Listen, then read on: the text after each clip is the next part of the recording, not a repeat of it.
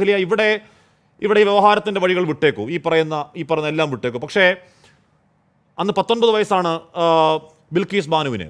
ബോധം വരുമ്പോൾ കാണുന്നത് ചുറ്റും കിടക്കുന്ന ബന്ധുക്കളുടെ ശവശരീരങ്ങളാണ്, ഒരു കുഞ്ഞില്ല. അതിനുശേഷം Bilkis Bano press club of ഇന്ത്യയിൽ 2017 എൻ്റെ ഓർമ്മ വാർത്താ സമ്മേളനം നടന്നു. ഞാൻ എൻ്റെ ഡൽഹി മാധ്യമപ്രവർത്തന കാലങ്ങളിൽ അവിടെ ഉണ്ട്. അവർ പറയുന്നുണ്ട്, അതിനുശേഷം ഞാൻ ഇറങ്ങി എൻ്റെ കുഞ്ഞിന് വേണ്ടി തിരയുകയായിരുന്നു. എൻ്റെ കുഞ്ഞിന് വേണ്ടി എന്ന് പറഞ്ഞാൽ എൻ്റെ കുഞ്ഞ് ജീവനോട് എവിടെയെങ്കിലും ഉണ്ടാകുമോ തിരയുകയായിരുന്നു. ജീവനില്ലെന്ന് അറിയുമ്പോൾ അതിൻ്റെ മൃതദേഹം എടുത്തുകൊണ്ട് അതിനെ കബറടക്കണം, എന്നാൽ മാത്രമേ അത് ദൈവത്തിലേക്ക് എത്തുകയുള്ളൂ എന്ന വിശ്വാസത്തിൽ അതിൻ്റെ മൃതദേഹത്തിന് വേണ്ടി അലഞ്ഞു തിരിഞ്ഞ് നടന്നു കുറേ കാലം എന്നൊക്കെ പറയുകയാണ്. നമുക്കൊക്കെ ഭ്രാന്തമായ ചിന്തയോട് അല്ലെങ്കിൽ സങ്കല്പത്തിൻ്റെ പരമാവധിയിൽ അതിൻ്റെ ഒരു കുണിശം ആലോചിക്കാൻ കഴിയുമോ? അതിൽ നിന്ന് ബിൽക്കീസ് ബാനു ഉയർത്തെഴുന്നേൽക്കുന്നു. ഞരങ്ങി ആദിവാസിയുടെ വീട്ടിലേക്ക് പോകുന്നു. അവിടെ നിന്ന് കോടതികളിലേക്ക് നിരന്തരം പോലീസ് അവിടെ നിന്ന് പട്ടിയാട്ടി ഇറക്കി വിടുന്നു. കോടതികളിലേക്ക് പോകുന്നു, നിരന്തരം പിന്നാലെ നിൽക്കുന്നു. ഒരു ഘട്ടം കഴിയുമ്പോഴാണല്ലോ സുഭാഷിണി അലിയും ഈ പറയുന്ന സാമൂഹിക പ്രവർത്തകരും ഒക്കെ അവർക്ക് പിന്നാലെ ചേരുന്നത്. ഈ ബിൽക്കീസ് ബാനുവിൻ്റെ ആ പോരാട്ടത്തെ എങ്ങനെയാണ് കാണുന്നത് ഫാത്തിമ? ഹാഷ്മി, യഥാർത്ഥത്തിൽ ഇന്നത്തെ ദിവസം തുടങ്ങുന്നത് തന്നെ ഈ വാർത്ത ഏറെ പോസിറ്റീവായിട്ട് എനിക്ക് തോന്നുന്നു. ബിൽക്കീസ് ബാനുവിനെ എഴുന്നേറ്റ് നിന്ന് ഈ ഇന്ത്യയിലുള്ള മുഴുവൻ ആളുകളും, ജനാധിപത്യ വിശ്വാസമുള്ള സ്ത്രീകൾക്ക് വേണ്ടി ശബ്ദിക്കുന്ന, അവർക്ക് അവസരം വേണമെന്ന് പറയുന്ന, അവരുടെ നീതിക്ക് വേണ്ടി സംസാരിക്കുന്ന എല്ലാവരും എണീറ്റ് നിന്ന് സെല്യൂട്ട് ചെയ്യേണ്ട ഒരു ദിവസമാണ് ഇന്ന് എന്നാണ് ഞാൻ കരുതുന്നത്. അത്രമാത്രം ആത്മവിശ്വാസം ഈ വിധിയിലൂടെ ഞങ്ങൾക്ക് ഓരോരുത്തർക്കും ലഭിക്കുന്നുണ്ട്. ഇന്നലെ ഈ രൂപത്തിലുള്ള ഒരു വിധി ഉണ്ടാകുമോ എന്നുള്ള ആശങ്ക തീർച്ചയായിട്ടും ഉണ്ടായിരുന്നു.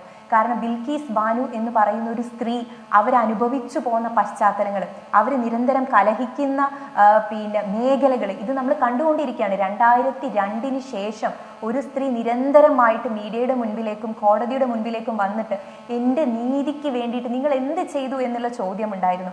ആ ചോദ്യത്തിനുള്ള ഏറ്റവും മനോഹരമായിട്ടുള്ള ഉത്തരമാണ് ഇന്ന് ലഭിച്ചിട്ടുള്ളത്. നിങ്ങൾ നേരത്തെ സൂചിപ്പിച്ച പോലെ തന്നെ സ്വന്തം കുഞ്ഞ് ചേതനയറ്റ് കിടക്കുന്ന സ്വന്തം കുടുംബാംഗങ്ങളുടെ, അമ്മയുടെ, അനിയത്തിമാരുടെ, അമ്മാവന്മാരുടെ മൃതദേഹത്തിനിടയിൽ നിന്നും അല്പം ആശ്വാസം അല്ലെങ്കിൽ അല്പം ജീവൻ കൊണ്ട് അവർ എണീറ്റ് വന്നിട്ടുണ്ട് എങ്കിൽ അത് ഈ ദിവസത്തിന് വേണ്ടി ആയിരിക്കുമെന്ന് ഞാൻ വിശ്വസിക്കുകയാണ്. ഇന്നും അവരൊരു സ്ഥലത്ത് ഫിക്സ്ഡ് ആയിട്ടല്ല നിൽക്കുന്നത്, അവർ യാത്ര ചെയ്തുകൊണ്ടിരിക്കുകയാണ്. അവർക്കൊരു സ്ഥലത്ത് സുരക്ഷിതമായിട്ട് ജീവിക്കാൻ പറ്റുന്നില്ല.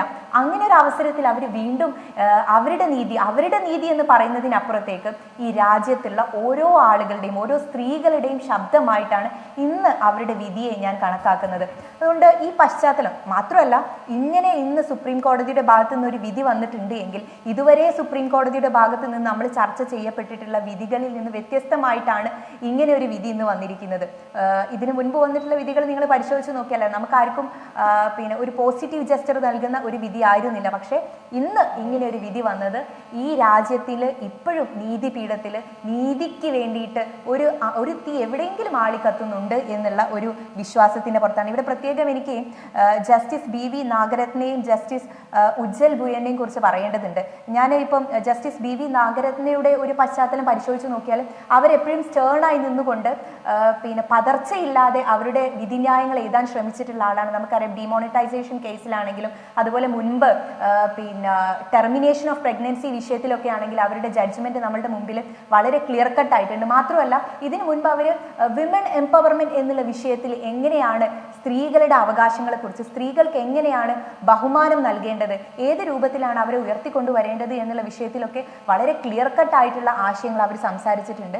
ഒരു സ്ത്രീയെ സംബന്ധിച്ചിടത്തോളം ഈ ജഡ്ജ്മെന്റിൽ തന്നെ പ്രത്യേകം അവർ പറയുന്നുണ്ട്, ഒരു സ്ത്രീയെ സംബന്ധിച്ചിടത്തോളം ഏത് ലെവലിലുള്ള, ഏത് മേഖലയിൽ നിന്ന് വന്ന ആളാണെങ്കിലും അല്ലെങ്കിൽ ഏത് സിറ്റുവേഷനിൽ നിന്ന് വന്ന ആളാണെങ്കിലും അവർക്ക് ബഹുമാനം എന്ന് പറയുന്നത്, റെസ്പെക്റ്റ് എന്ന് പറയുന്നതിന് വലിയ മാനമുണ്ട്. ആ രൂപത്തിൽ അവരെ പരിഗണിക്കേണ്ടതുണ്ട്. ഇവിടെ ഒരാൾക്ക് ഒരു പക്ഷേ സ്നേഹമില്ലാത്തിടത്ത് ജീവിക്കാൻ പറ്റുമായിരിക്കും, പക്ഷെ റെസ്പെക്റ്റ് ഇല്ലാത്തിടത്ത് ഒരിക്കലും ഒരു സ്ത്രീക്ക് ജീവിക്കാൻ പറ്റില്ല. അത് സ്ത്രീക്ക് മാത്രമല്ല പുരുഷനും ജീവിക്കാൻ പറ്റില്ല. അതുകൊണ്ട് ഡിഗ്നിറ്റി എന്ന് പറയുന്നത് വളരെ ഇമ്പോർട്ടൻ്റ് ആണ് എന്നുള്ളത് ഈ ജഡ്ജ്മെന്റിൽ അവർ അടിവരയിട്ട് പല സ്ഥലത്തായിട്ട് പറയുന്നുണ്ട്. മറ്റൊരു കാര്യം എനിക്ക് തോന്നുന്നത്, ഇവിടെ ഈ റെമിഷൻ മാറ്ററുമായി സംബന്ധിച്ച് സംസാരിക്കുമ്പോൾ ഇവിടെ നേരത്തെ ശ്രീ RV ബാബു പറഞ്ഞത്, തുടക്കത്തിൽ അവർ പറയുന്നത് നമ്മളിത് ഒരു വിഭാഗത്തിന് മാത്രം കണ്ടുകൊണ്ട് സംസാരിക്കുകയാണ്. ഗുജറാത്ത് കേസിന്റെ പശ്ചാത്തലം പരിശോധിച്ച് നോക്കുകയാണെങ്കിൽ അവിടെ കർസേവകർ കൊല്ലപ്പെട്ടിട്ടുണ്ട്, അങ്ങനെയുള്ള പല വാദങ്ങളും നമ്മൾ കേൾക്കുന്നുണ്ട്.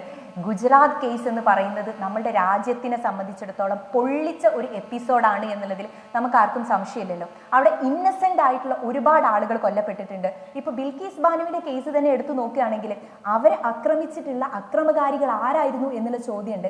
അയൽവാസികളായിട്ടുള്ള ആളുകൾ ദിവസവും വീട്ടിൽ വന്നുകൊണ്ടിരുന്ന, ദിവസവും കണ്ടുകൊണ്ടിരുന്ന, പാല് വാങ്ങാൻ വന്നുകൊണ്ടിരുന്ന, അല്ലെങ്കിൽ അവർക്ക് പിന്നെ ചികിത്സിച്ചു കൊണ്ടിരുന്ന ആളുകളാണ് അവരെ അറ്റാക്ക് ചെയ്തിട്ടുള്ളത്. അങ്ങനെ ഒരു പശ്ചാത്തലത്തെ കുറിച്ച് ചിന്തിക്കാൻ പോലും നമുക്ക് ആർക്കും സാധിക്കില്ല. അങ്ങനെ ഒരു ഇടത്ത് നിന്നാണ് ബിൽക്കീസ് ബാനു എന്ന് പറയുന്ന ഒരു സ്ത്രീ പോരാട്ടം നയിക്കുന്നത്. ഒറ്റയ്ക്കുള്ള പോരാട്ടമാണ് അവർ തുടക്കത്തിൽ നയിച്ചത് എങ്കിൽ പിന്നീട് അങ്ങോട്ട് അവരെ സപ്പോർട്ട് ചെയ്യാനുള്ള പല ആളുകളും വന്നു, പല സംഘടനകളും വന്നു. ഇന്ന് ഈ ഒരു പിന്നെ പശ്ചാത്തലത്തിൽ ഇങ്ങനെ ഒരു കേസിന്റെ വേർഡിക്റ്റ് വന്നുകൊണ്ടിരിക്കുമ്പോൾ ഇതുമായി ബന്ധപ്പെട്ടിട്ടുള്ള എല്ലാവരെയും അഭിനന്ദിക്കാൻ ഞാൻ ഈ ഒരു അവസരം ഏറ്റെടുത്തു. കാര്യം കൂടെ ആശ്മി എനിക്ക് പറയേണ്ടത് ഒരു കാര്യം കൂടെ ആശ്മി ഞാൻ നേരത്തെ ഇവിടെ സൂചിപ്പിക്കുകയുണ്ടായി. നമ്മൾ പിന്നെ മറ്റൊരു കേസ്, അതായത് ഗുൽബർഗ് സൊസൈറ്റിയുടെ പിന്നെ ആ കേസ് ഗുജറാത്ത് റൈറ്റുമായി ബന്ധപ്പെട്ട് തന്നെയാണ്. അവിടെ സാക്കിയ ജെഫ്രി എന്ന് പറയുന്ന ഒരു സ്ത്രീ ഉണ്ട്. ആ സ്ത്രീയുമായി ബന്ധപ്പെട്ടിട്ടുള്ള കേസ് സുപ്രീം കോടതിയിൽ നടക്കുമ്പോൾ എങ്ങനെയാണ് അവരെ പരിഗണിച്ചത് എന്നുള്ള ചോദ്യമുണ്ട്. ഇവരുടെ സ്റ്റേറ്റ്മെന്റ് പോലും അവർക്ക് സ്ഥിരതയില്ല, അവരുടെ ബുദ്ധിക്ക് സ്ഥിരതയില്ല എന്ന് പറഞ്ഞുകൊണ്ട് അവരെ അപമാനിക്കുന്ന സിറ്റുവേഷൻ നിലവിൽ പിന്നെ ഇത്തരത്തിലുള്ള കേസിൽ ഗുജറാത്ത് റൈറ്റുമായി ബന്ധപ്പെട്ടിട്ടുള്ള മറ്റൊരു വിക്ടിമാണ് സാക്കിയ ജിഫ്രി. അവരുടെ സ്വന്തം ഭർത്താവും സ്വന്തം നാട്ടുകാരും പിന്നെ പച്ചയ്ക്ക് കത്തുന്നത് കണ്ട ദൃക്സാക്ഷിയായിട്ടുള്ള ഒരു വനിതയാണ്. അവരുടെ വാക്കുകൾക്ക് വില നൽകാതെ അവർക്ക് മെന്റലി സ്ഥിരതയില്ലാത്ത ആളാണ് എന്ന് പറയുന്ന വിധി ഇത്തരത്തിലുള്ള മറ്റൊരു പിന്നെ ജഡ്ജ്മെന്റിൽ അല്ലെങ്കിൽ മറ്റൊരു കോടതിയിൽ നിന്ന് ഉണ്ടായി എന്ന് പറയുന്നത് കൂടി നമ്മൾ ഇതിനോടൊപ്പം വായിക്കേണ്ടതുണ്ട്. ശരി ഫാത്തിമ, ഞാൻ എത്താം.